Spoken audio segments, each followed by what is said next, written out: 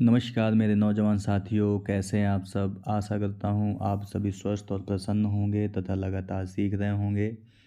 मैं Prem, assistant professor PSMPG college geography department Kannauj, आपका स्वागत करता हूं अपने YouTube channel geography with Prem में। दोस्तों, हम नई शिक्षा नीति 2020 के अंतर्गत जो बीए में फोर्थ सेमेस्टर ज्योग्राफी का जो सिलेबस है आपका, उस पर हम चर्चा कर रहे हैं। ठीक है, हमने आपको अभी तक जो 2022-23 में आर्थिक भूगोल यानी फोर्थ सेमेस्टर का एग्ज़ाम हुआ है, उस पर अभी तक 20 क्वेश्चनों पर हमने चर्चा की है। ठीक है, और हमने अच्छे से एक्सप्लेनेशन भी दिया है। आशा करते हैं कि आप सभी अच्छे से देख रहे होंगे और उन्हें नोट डाउन भी कर रहे होंगे जो एक्सप्लेन कर रहे हैं हम। तो चलिए हम आज शुरुआत करते हैं कुछ अन्य प्रश्नों पर। 20 क्वेश्चनों पर हम चर्चा कर चुके हैं। आज हम शुरुआत करते हैं 21 क्वेश्चन से। ठीक है, 21वें नंबर का प्रश्न है दोस्तों कि आसियान का केंद्रीय मुख्यालय कहाँ है। दोस्तों, आसियान के बारे में इससे पहले भी हमने आपको बताया है कि आसियान का जो मुख्यालय है वो है आपका जकार्ता इंडोनेशिया। जकार्ता इंडोनेशिया में आसियान का मुख्यालय है। ठीक है, अगर हम आसियान के बारे में और बात करें तो इसका जो फुल फॉर्म होता है वो होता है आपका association of south east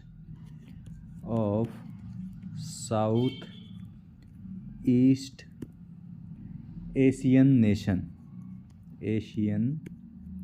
nation, ये इसका फुल फॉर्म होता है। ठीक है, अगर हम इसकी स्थापना की बात करें कि कब हुई थी, तो ये हुई थी आपकी 8 अगस्त 1967 को इसकी स्थापना हुई थी। मुख्यालय अभी आपको बताया है जकार्ता में है, जकार्ता इंडोनेशिया में। ठीक है, और इसके 10 देश सदस्य हैं। ठीक है, तो अब आपको कमेंट बॉक्स में बताना है कि आसियान के जो 10 सदस्य देश हैं वो कौन कौन से हैं। ठीक है, तो इसे आप कमेंट बॉक्स में बताइए कि कौन से इसके सदस्य देश हैं। चलिए आगे क्वेश्चन पर बात करते हैं। 22वें नंबर पर, संसाधनों के अभाव को दूर करने का क्या उपाय है। ठीक है, यहाँ पे हम संसाधन आपको कई बार बता चुके हैं कि कोई भी चीज़ या तत्व जो हमारी आवश्यकता की पूर्ति करता है वो आपका संसाधन यानी कि रिसोर्स कहलाता है।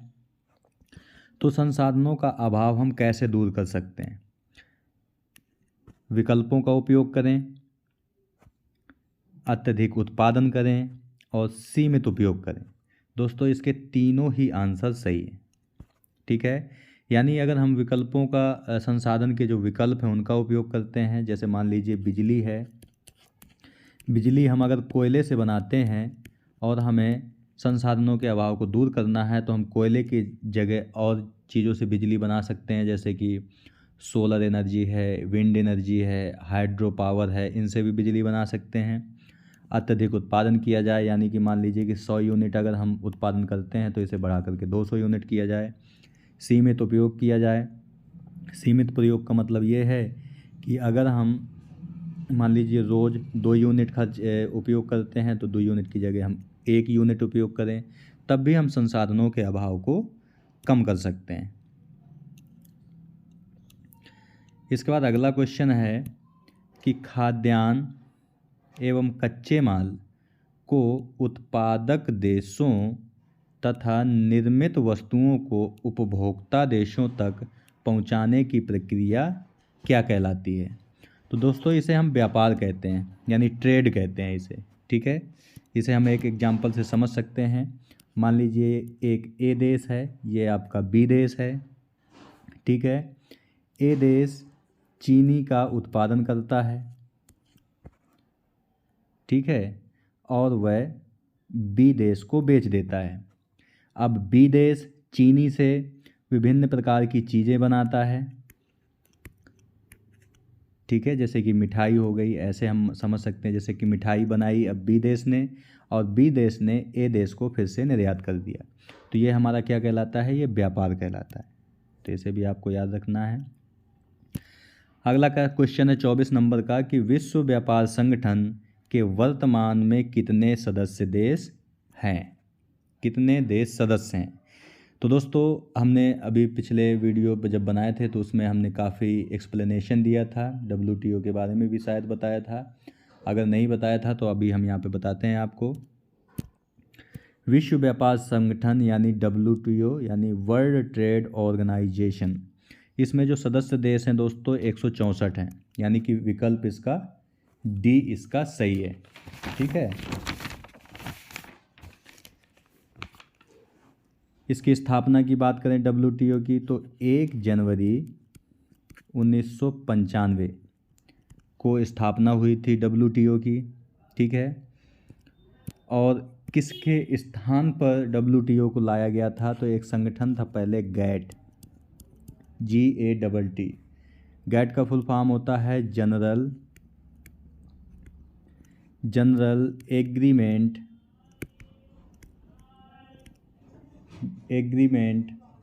On tariff trade. गेट का फुल फॉर्म है general agreement on tariff and trade है। ठीक है। तो गेट के स्थान पर WTO बनाया गया। WTO की स्थापना 1 जनवरी 1995 को हुई थी। अगर हम इसके मुख्यालय यानी हेडक्वार्टर की बात करें तो इसका मुख्यालय जिनेवा स्विट्ज़रलैंड में है। जिनेवा स्विट्ज़रलैंड में इसका मुख्यालय है। ठीक है।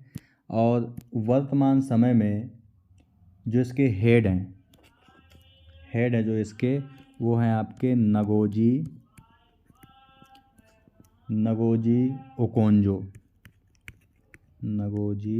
ओकोंजो इसके हेड हैं। तो इतनी सारी चीज़ें आपको WTO के बारे में याद रखनी है। और WTO का प्रमुख उद्देश्य क्या है कि विभिन्न देशों के मध्य व्यापार में जो कठिनाइयाँ आती हैं, जो रुकावटें आती हैं, उनको कम करना ही इसका प्रमुख उद्देश्य है। ठीक है। तो इसका जो सही आंसर है वो डी है आपका। इसके बाद 25वें नंबर का प्रश्न है आपका कि भारत में सूती वस्त्र के सर्वाधिक कारखाने कहाँ पर हैं। सूती वस्त्र यानी कॉटन टेक्सटाइल। ठीक है। तो सबसे ज़्यादा जो कारखाने हैं दोस्तों वो अहमदाबाद में। ठीक है। और अहमदाबाद पता है आपको कि गुजरात में है, ये गुजरात में पड़ता है। ठीक है।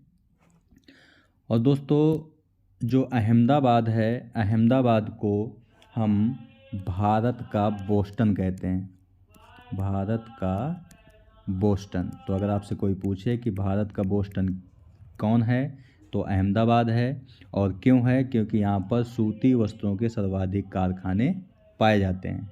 ठीक है। इसके अलावा दोस्तों एक क्वेश्चन और बनता है आपका कि उत्तर भारत का बोस्टन किसे कहते हैं। उत्तर भारत का बोस्टन किसे कहते हैं, तो वो कहते हैं आपके कानपुर को। उत्तर भारत का बोस्टन कानपुर और भारत का बोस्टन आपका अहमदाबाद कहलाता है। ठीक है। जो दोस्तों मुंबई है आपका, इसे भारत की वित्तीय राजधानी कहते हैं, वित्तीय राजधानी कहते हैं। ठीक है। तो ये भी आपको याद रखना है। इसके बाद अगला क्वेश्चन है कि बैंकर्स को आप उत्पादन क्रिया के किस श्रमिक वर्ग में शामिल करेंगे। दोस्तों हमने आपको पिछले वीडियो में भी बताया था कि जो हमारी आर्थिक क्रियाएं होती हैं वो 5 प्रकार की होती हैं, प्राथमिक, द्वितीयक, तृतीयक, चतुर्थक और पंचम। ठीक है। तो इसमें बैंकर्स जो होता है वो किस श्रेणी में आता है। तो दोस्तों आपको याद रखना है कि जो बैंकर्स है आपका, बैंकर्स ये सेवा देते हैं, तो पहली बात तो ये तृतीयक क्षेत्र में आते हैं। ठीक है। यानी सेवा देने वाले वकील, डॉक्टर, ये सब तृतीयक क्षेत्र में आते हैं। अगर हम कॉलर की बात करें तो ये सफ़ेद कॉलर कहलाते हैं। क्यों? क्योंकि पता है आपको कि जो बैंक में काम करने वाले होते हैं वो ऑफिस में वर्क करते हैं और ऑफिस वाले ज़्यादातर सफ़ेद कपड़े ही पहनते हैं, इसलिए इन्हें सफ़ेद कॉलर के नाम से जाना जाता है। इसके अलावा दोस्तों और भी कई ऐसे श्रमिक हैं जिनको अलग अलग कॉलरों के रूप में शामिल किया जाता है। जैसे नीला, जो दोस्तों शारीरिक काम करने वाले जो श्रमिक होते हैं उन्हें हम ब्लू कॉलर यानी नीला कॉलर बोलते हैं। ठीक है। इसके अलावा जो दोस्तों रिसेप्शन वाला काम करने वाले हैं यानी रिसेप्शन यानी जो स्वागत वाला काम देखते हैं वो गुलाबी कॉलर कहलाते हैं। ठीक है। इसके अलावा जो ज़्यादा कुशल लोग होते हैं, ज़्यादा कुशल यानी जो तकनीकी रूप से बहुत दक्ष लोग होते हैं वो सुनहरे यानी गोल्ड कॉलर कहलाते हैं। जैसे आपका पायलट है, डॉक्टर हो गया, वैज्ञानिक हो गए, ये सभी आपके गोल्ड या सुनहरे कॉलर के अंतर्गत आते हैं। ठीक है। इसके अलावा दोस्तों जो वर्क फ्रॉम होम करते हैं यानी जो घर से काम करने वाले व्यक्ति होते हैं उन्हें हम कहते हैं ओपन कॉलर कहलाते हैं। इसके अलावा जो सभी सरकारी कर्मचारी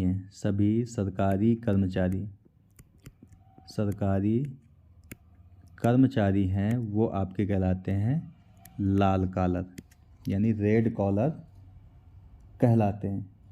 ठीक है। इसके अलावा एक और कॉलर है जिसका नाम है ग्रे कॉलर, जो रिटायरमेंट के बाद भी काम करते हैं, यानी कि सेवा से अवकाश होने के बाद, रिटायर होने के बाद भी जो काम करते हैं वो आते हैं सभी ग्रे कॉलर में। ठीक है। तो इतनी सारी चीज़ें आपको याद रखनी है इस प्रश्न से। आशा करते हैं दोस्तों आप नोट डाउन करते हुए चल रहे होंगे कॉपी पर, ताकि आपको अपने पेपर में आसानी हो। इसके बाद दोस्तों अगला क्वेश्चन है आपका 27 नंबर का। 27 नंबर का प्रश्न है कि वान थ्यूनेन के अनुसार किसी नगर के केंद्र के चारों ओर विकसित संकेंद्रीय पेटियों की संख्या कितनी है।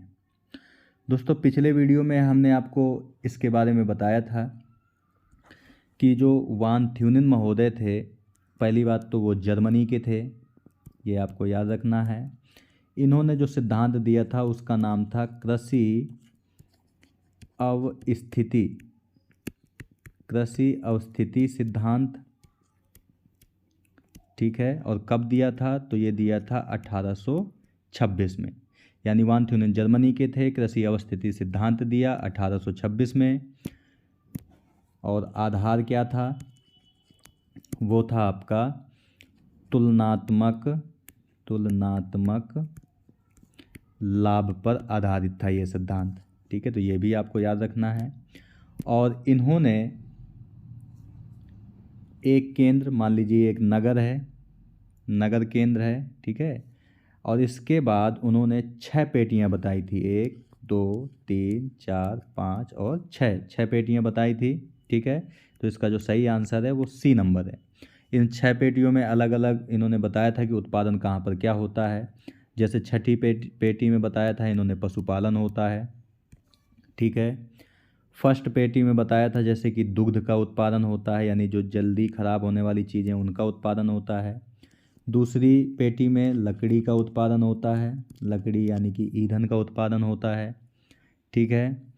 पांचवी पेटी में 3 खेत प्रणाली बताई थी इन्होंने। ठीक है। तो ऐसे आपको रिवीजन करना है जो पहले भी आपने लिखा होगा। चलिए बढ़ते हैं अगले क्वेश्चन की तरफ।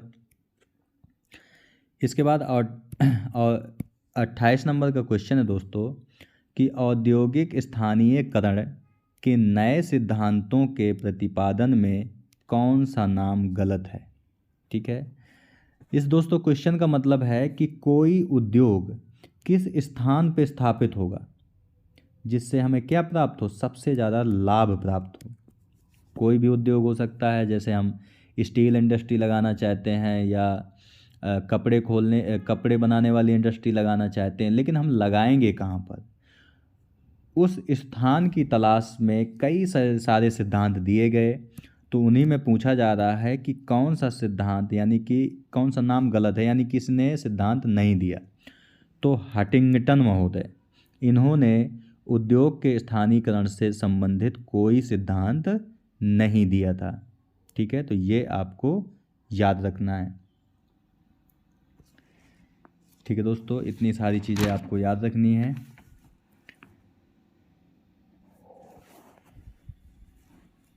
तो इसका जो सही आंसर है वो है आपका सी नंबर। इन्होंने एक पुस्तक लिखी थी जिसका नाम था क्लाइमेट एंड सिविलाइजेशन।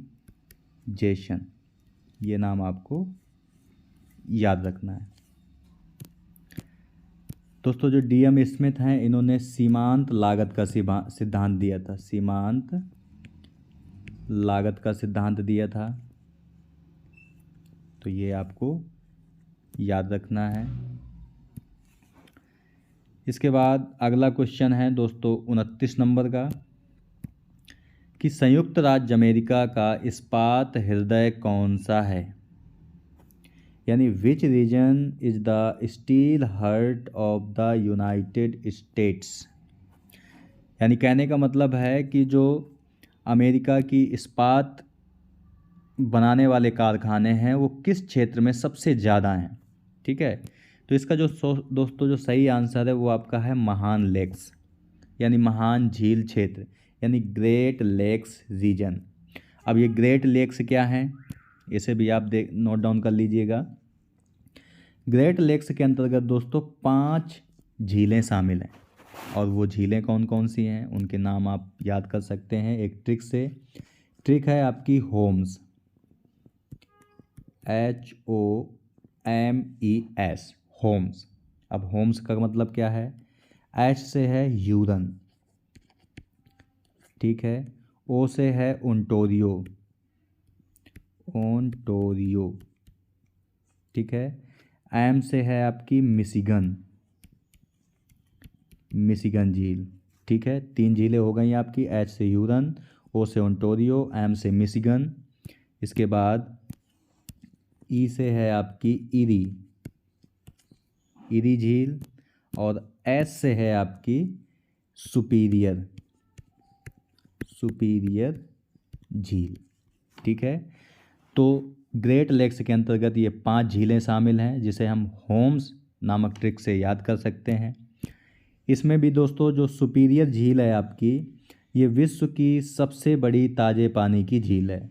यानी अगर आपसे कोई पूछता है कि विश्व की सबसे बड़ी ताजे पानी की झील कौन सी है, तो वो आपकी सुपीरियर है।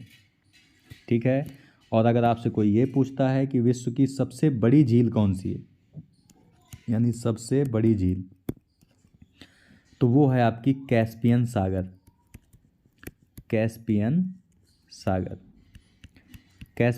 विश्व की सबसे बड़ी झील है, लेकिन सबसे बड़ी ताजे पानी की झील अगर आपसे कोई पूछे तो वो है आपकी सुपीरियर। तो ये आपको याद रखना है। ठीक है, इसके बाद अगला क्वेश्चन है 30 नंबर, कि यूरोपियन मुक्त व्यापार संघ का प्रारंभ कब हुआ था। ठीक है, यानी यूरोपियन फ्री ट्रेड एसोसिएशन कब स्टार्ट हुआ था। इसको भी दोस्तों हम बता चुके हैं आपको। इसका जो शॉर्ट फॉर्म है वो है आपका इफ्टा मतलब यूरोपियन फ्री ट्रेड एसोसिएशन। तो पूछ रहा है कब प्रारंभ हुआ था। तो इसकी जो स्थापना हुई थी इफ्टा की, वो हुई थी आपकी 3 मई 1960 की 60 को इसकी शुरुआत हुई थी। ठीक है, और इसका जो हेड क्वार्टर यानी HQ है वो जिनेवा में है आपका, जिनेवा स्विट्ज़रलैंड में इसका मुख्यालय है और इसके 7 सदस्य देश हैं। कितने सदस्य देश हैं? 7 सदस्य देश हैं। और ये 7 सदस्य देश कौन से हैं ये भी हमने आपको बताया था। कौन कौन से हैं?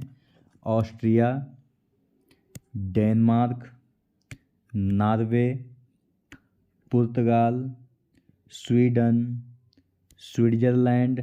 कितने हो गए दोस्तों? 6। इसके अलावा एक और है आपका यूके यानी कि यूनाइटेड किंगडम, जिसे आप इंग्लैंड भी बोलते हैं या ब्रिटेन भी बोलते हैं। तो ये 7 सदस्य देश हैं। 1960 में स्थापना हुई थी। मुख्यालय इसका स्विट्ज़रलैंड यानी कि जिनेवा स्विट्ज़रलैंड में है। ठीक है दोस्तों, तो इसका जो सही आंसर है वो है आपका ए नंबर। ठीक है, तो दोस्तों आज की वीडियो में यहीं तक। आज हमने 2022-23 में जो आपका आर्थिक भूगोल का बहुविकल्पीय प्रश्न पत्र है उस पर हम चर्चा कर रहे हैं। आज हमने आपसे 10 प्रश्नों पर चर्चा की है, यानी कि टोटल हमने अभी तक चर्चा कर ली है 30 प्रश्नों की। ठीक है, तो इन्हें आप देखिए और एक कॉपी में नोट डाउन करते हुए चलिए, ताकि आपको अपने पेपर में आसानी हो हल करने में। ठीक है, तो मिलते हैं आपसे नेक्स्ट वीडियो में कुछ अन्य प्रश्नों के साथ। तब तक के लिए नमस्कार। आप प्रसन्न रहिए, खुश रहिए, मुस्कुराते रहिए और लगातार सीखते रहिए, कभी अपने लिए तो कभी अपनों के लिए। धन्यवाद। जय हिंद दोस्तों।